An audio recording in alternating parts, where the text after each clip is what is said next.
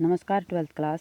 आज इस वीडियो में हम हमारी हिंदी पाठ्य पुस्तक आरोह भाग 2 की पहली कविता आत्म परिचय पढ़ेंगे।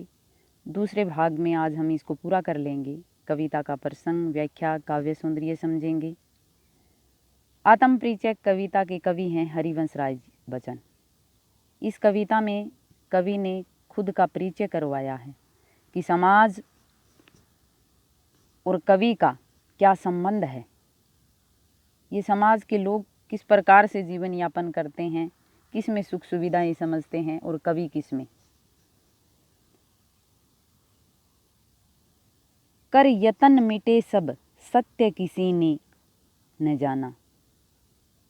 नादान वही है हाय जहां पर दाना। फिर मूड न क्या जग जो इस पर भी सीखे। मैं सीख रहा हूँ सीखा ज्ञान बुलाना। इस पद्यांश में कवि क्या बता रहे हैं?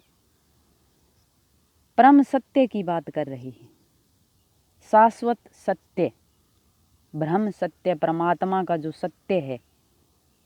कहाँ व्यक्ति का जन्म होता है, कहाँ मृत्यु होती है, मृत्यु के बाद क्या होता है, जन्म से पहले क्या होता है, ये आवागमन का क्या चक्कर है, इसकी सृष्टि किस प्रकार, क्या ये सिस्टम है, ये सब सत्य किसी ने आज तक नहीं जाना, कोई भी नहीं समझ पाया। इस रहस्य को आज तक कोई नहीं समझ पाया, तो फिर इसको बार बार समझने की कोशिश क्यों कर रही हैं? कवि इस पद्यांश में यही बताना चाह रहे हैं कि इस सत्य को, शाश्वत सत्य को और ब्रह्म को आज तक कोई नहीं पहचान पाया।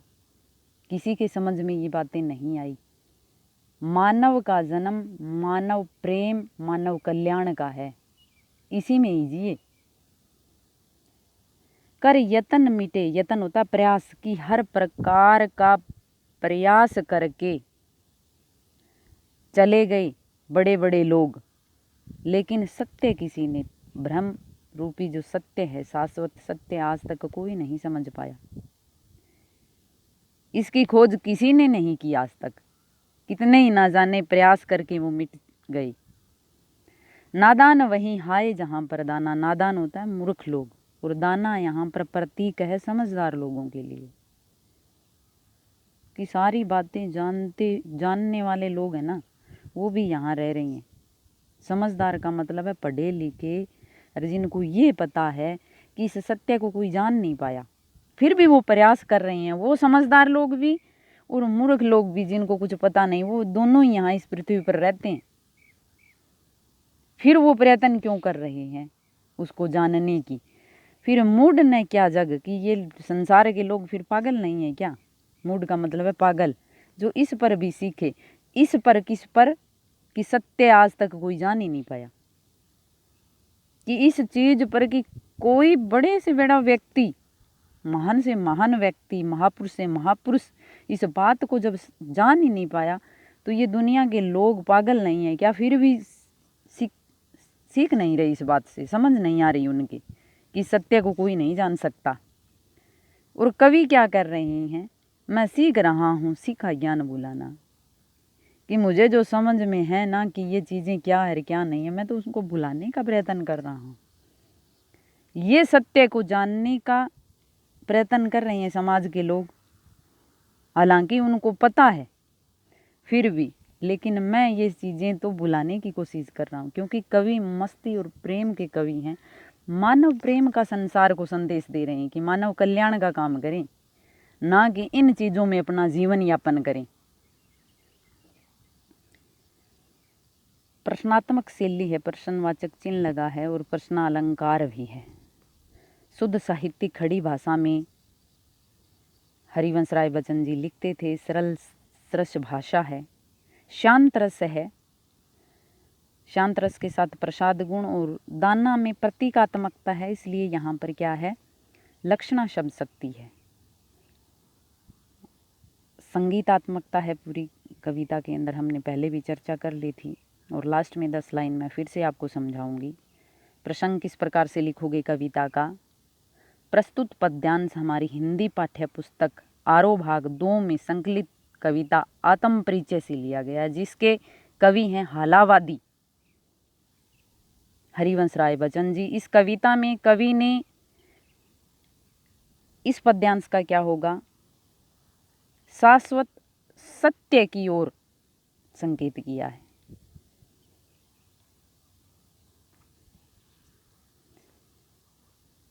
मैं और जग और कहाँ का नाता, मैं बना बना कितने जग रोज मिटाता, जग जिस पृथ्वी पर जोड़ा करता वैभव, मैं प्रतिपग से उस पृथ्वी को ठुकराता। कवि ने इस पद्यांश में संसार के लोग किस तरह का जीवन जीते हैं और कवि किस प्रकार का जीवन जीते हैं इसका वर्णन किया है कि मैं और जग और, यहाँ और शब्द प्रयोग जो ये हुए हैं, और का मतलब है दूसरा, और ये दोनों को जोड़ने वाला है, यानी कि इन जो दो ये और दे रखे हैं इनके अलग अलग अर्थ हैं। और जब कविता के अंदर शब्दों की आवृत्ति हो और अर्थ अलग हो तो वहाँ यमक अलंकार होता है। कवि कह रही कि मैं तो और ही तरह का हूँ, मेरा जीवन तो और ही तरह का है। कवि का जीवन क्या है, प्रेम और मस्ती का जीवन है। कवि तो प्रेम और मस्ती को ही जीवन मानते हैं। और जग और, संसार और, जैसे कि हमने पहले पद्यांश में पढ़ा था कि संसार स्वार्थी है, वो तो नाव बना रहे हैं जीवन जीने के लिए, सुख सुविधाएं जुटा रहे हैं, धर्म कर्म कर रहे हैं। इसलिए कवि ने कहा है कि मैं तो और हूँ, संसार और तरह का है, दूसरी विचारधारा का है। कवि की विचारधारा अलग है। कहाँ का नाता, फिर हमारा दोनों का संबंध ही कैसा रहा।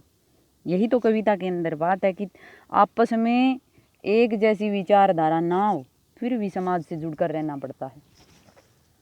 मैं बना बना कितने जग रोज मिटाता, बना बना करके मतलब है कविता। जब कवि लिखते हैं अपने विचार कविता के रूप में लिख रहे हैं कि मैं तो पता नहीं मेरी कविता के माध्यम से इस तरह के कितने ही संसार रोज लिखता हूँ और उनको मिटा देता हूँ।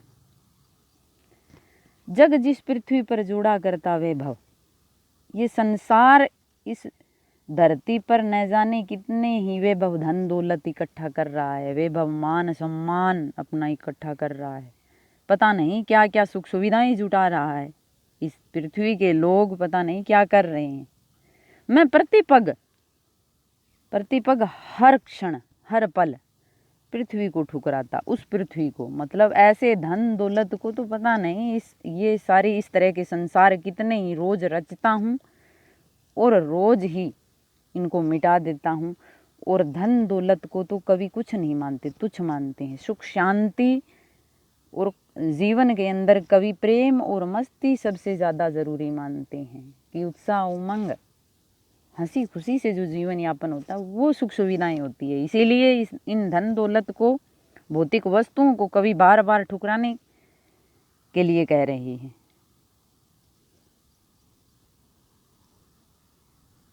तो अलंकार कौन से हैं इसके अंदर, यमक अलंकार, बना बना में पुनरुक्ति, प्रकाश अलंकार और स्वर मैत्री अलंकार। इसके अंदर संगीतात्मकता है और यहाँ भी शांत रस है, प्रसाद गुण है।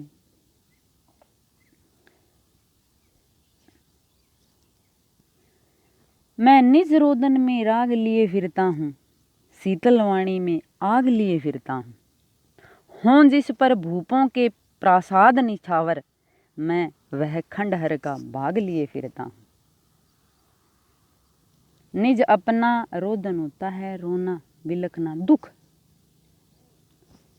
राग का मतलब है प्रेम। शीतल वाणी का मतलब है कवि की मीठी बातें, जो शांति प्रदान करने वाली बातें जो कविता के रूप में लिखते हैं। यहाँ शीतल वाणी का वो प्रयोग हम लेंगे। आग का मतलब है गुस्सा क्रोध। कवि ने विरोध प्रकट किया है, यहाँ पर विरोधाभास अलंकार है कि मैं निज रोदन में राग लिए फिरता हूँ, कि मेरा जो दुख है ना, उस दुख के अंदर ही मेरा प्रेम है। कवि ने क्या बताया है, निज रोदन में राग लिए फिरता हूँ, कि मेरा जीवन कैसा है, मेरे दुख के अंदर ही प्रेम है। शीतल वाणी में आग लिए फिरता हूँ। और जो कविता मैं संगीत के साथ प्रस्तुत कर रहा हूँ ना, जो मेरे गीत हैं, उसके अंदर एक क्रोध है कवि के अंदर, कि ये लोग क्यों नहीं समझ रहे हैं कि असली जीवन प्रेम है, समझाना चाहते हैं। हो जिस पर भूपों के प्रासाद निछावर में खंडहर का भाग लिए फिरता हूँ। भूप होते हैं राजा, प्रासाद महल, खंडहर टूटा फूटा भाग। खंडहर यहाँ किसका प्रतीक है? कवि के प्रेम का। जो कवि अपने प्रेम को बचा खुचा प्रेम मान रहे हैं। जिस प्रकार से कोई महल टूट जाता है, बिल्कुल टूटे फूटे महल होते हैं, खंडहर थोड़े से अवशेष उनके टूटे फूटे रह जाते हैं, उसी को ही हम खंडहर बोलते हैं। कि कवि का प्रेम खंडहर हो चुका है, क्योंकि कवि का प्रिय उनसे दूर है, वियोग अवस्था में है कवि। उसको कवि ने खंडहर माना है कि प्रेम का वही हिस्सा, वही टुकड़ा जो दुख वाला मेरा खंडहर के रूप में है ना, वो इतना बड़ा है जीवन के अंदर, जिसके ऊपर न जाने कितने ही राजा महाराजाओं के महल निछावर हो सकते हैं। यहाँ कवि ने विरोध प्रकट किया है, तो विरोधाभास अलंकार, पदमेत्री, स्वरमेत्री अलंकार, शुद्ध साहित्यिक खड़ी भाषा कवि की, सरल सहज भाषा। और यहाँ पर खंडहर प्रतीक है, प्रतीकात्मकता, लक्षणा शब्द शक्ति, वियोग श्रृंगार रस। कवि ने यहाँ अपने प्रेम का वियोग प्रकट किया है। माधुर्य गुण, मुक्त छंद रचना कवि की। कवि ने यहाँ पर अपने प्रेम के वियोग का वर्णन किया है। भाव में लिखोगे, मैं रोया इसको तुम कहते हो गाना, मैं फूट पड़ा तुम कहते हो छंद बनाना। क्यों कवि कहकर संसार मुझे अपनाए, मैं दुनिया का हूँ एक नया दीवाना। मैं रोया, कवि यहाँ अपनी कविता लिखने के बारे में बता रहे हैं। इस पद्यांश में कवि अपने आप को कवि के रूप में प्रस्तुत नहीं करना चाहते। कवि के सच्चे भाव हैं जो दुनियादारी के सामने कवि ने रखे हैं।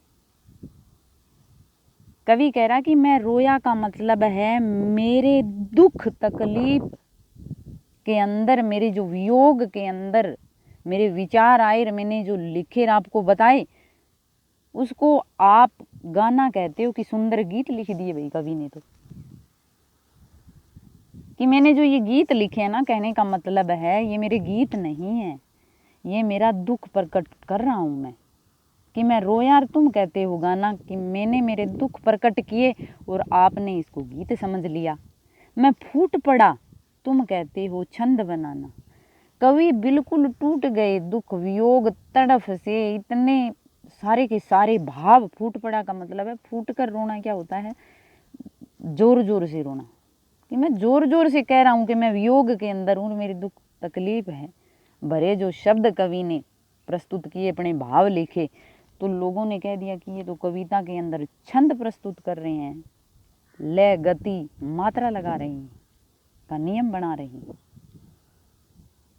क्यों कवि कहकर संसार मुझे अपनाए। कवि संसार के लोगों को और पाठकों को कह रहे हैं कि मुझे कवि ना समझे, मैं दुनिया का एक नया दीवाना। दुनिया का मतलब इस संसार से प्रेम करने वाला व्यक्ति हूँ।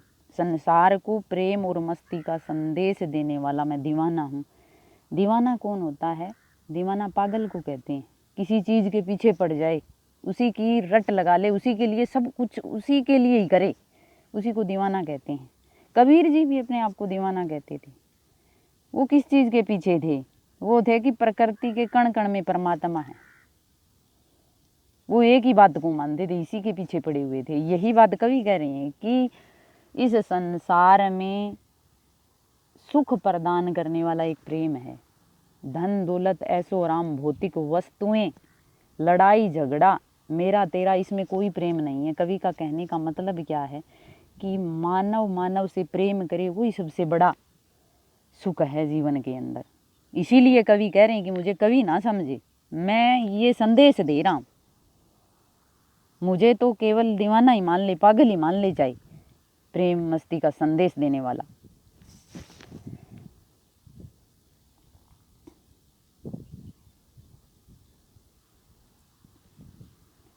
मैं दीवानों का वेश लिए फिरता हूँ, मैं मादकता निशेष लिए फिरता हूँ। जिसको सुनकर जग झूम झुके लहराए, मैं मस्ती का संदेश लिए फिरता हूँ। कवि ने लास्ट पंक्ति में क्या संदेश दिया है, क्या बता रहे हैं कि मैं दीवानों का वेश लिए फिरता हूँ, कि मैं तो पूर्ण रूप से पागलों की तरह जीवन जी रहा हूँ। मैं प्रेम और मस्ती वाला जीवन यापन कर रहा हूँ। वेश लेने का मतलब है मेरे जीवन में मैंने धारण कर लिया कि मैं प्रेमी की तरह ही जीऊँगा। मैं मादकता निशेष लिए फिरता हूँ। कवि के जीवन में निशेष होता है बचा खुचा, जो कुछ थोड़ा बहुत रह गया ना, मादकता का मतलब है प्रेम का नशा, उसके साथ जीवन जी रहा हूँ। कवि कह रहे हैं कि मैं तो प्रेम और मस्ती का रूप धारण करके जीवन जी रहा हूँ, प्रेम और मस्ती में जी रहा हूँ। मुझे किसी से द्वेष ईर्ष्या कुछ नहीं है, मुझे कुछ धन दौलत कुछ नहीं चाहिए। और मेरे जीवन में जो कुछ बच गया है, मेरे अंदर जो प्रेम का जोश, उसी के सारे जीवन जी रहा हूँ। और वो जो बचा खुचा ही मस्ती का जो नशा है कवि के अंदर, वो कम नहीं है कवि के लिए। कवि कह रहे हैं जिसको सुनकर जग झूमने का मतलब है खुश हो जाए, आनंदित हो जाए। झुके का मतलब है उसके सामने, प्रेम के सामने सब कुछ झुक जाते हैं, सभी मान लेते हैं उस बात को कि यही सत्य है, इसी में ही सुख है। लहराए का मतलब है हमेशा के लिए सुखी रहे, कि मानव मानव से प्रेम करेगा तो सब कुछ लड़ाई झगड़े खत्म हो जाएंगे, सब जगह सुख शांति हो जाएगी, सभी को आनंद मिलेगा, सभी सुखी रहेंगे, सभी इस बात को स्वीकार कर लेंगे। मैं मस्ती का वो संदेश लिए फिरता हूँ कि मस्ती का मतलब है सुख दुख में हमेशा, सुख दुख में हमेशा ही खुश रहे, किसी का भला बुरा ना करे, प्रेम से रहे सबसे। जो ये मस्ती का और जोश का संदेश है ना, मैं तो ये लिए जीवन जी रहा हूँ और यही सभी को दे रहा हूँ, ना कि कोई कवि हूँ। किस प्रकार से आपको यहाँ पर काव्य सौंदर्य की 10 लाइन आपको पूरी करनी है। पूरी की पूरी कविता के अंदर मैं आपको बता दूं, पूरी की पूरी कविता के अंदर आप भाव में लिख सकते हो कि कवि ने यहाँ आत्म परिचय करवाया है, और बाकी अलग अलग से, जैसे यहाँ कवि ने क्या बताया है, तो ये आप बता सकते हो इस पद्यांश में कि कवि ने जीवन के अंदर प्रेम के महत्व को बताया है कि उसके सामने सब झुक जाते हैं। और पूरी कविता के अंदर खड़ी बोली का प्रयोग है, सरल सरस भाषा है, तत्सम तद्भव शब्दों का पूरी कविता के अंदर कवि ने प्रयोग किया है। और लक्षणा शब्द शक्ति है लगभग, कहीं कई पद्यांशों में मैंने बता भी दिया था कि अभिधा शब्द शक्ति है। प्रतीकात्मकता, श्रृंगार रस, वियोग श्रृंगार का रस, और प्रसाद गुण शांत रस के साथ, और श्रृंगार रस के साथ हमारा कौन सा है, माधुर्य गुण, गीति शैली, आत्मकथात्मक शैली, चित्रात्मक शैली, दृश्य बिंब कवि ने यहाँ प्रस्तुत किए हैं, और अलंकार हमने साथ साथ में पढ़ ही लिए थे। आशा है कि आपको अच्छे से ये कविता है वो समझ में आ गई होगी। घर रहें।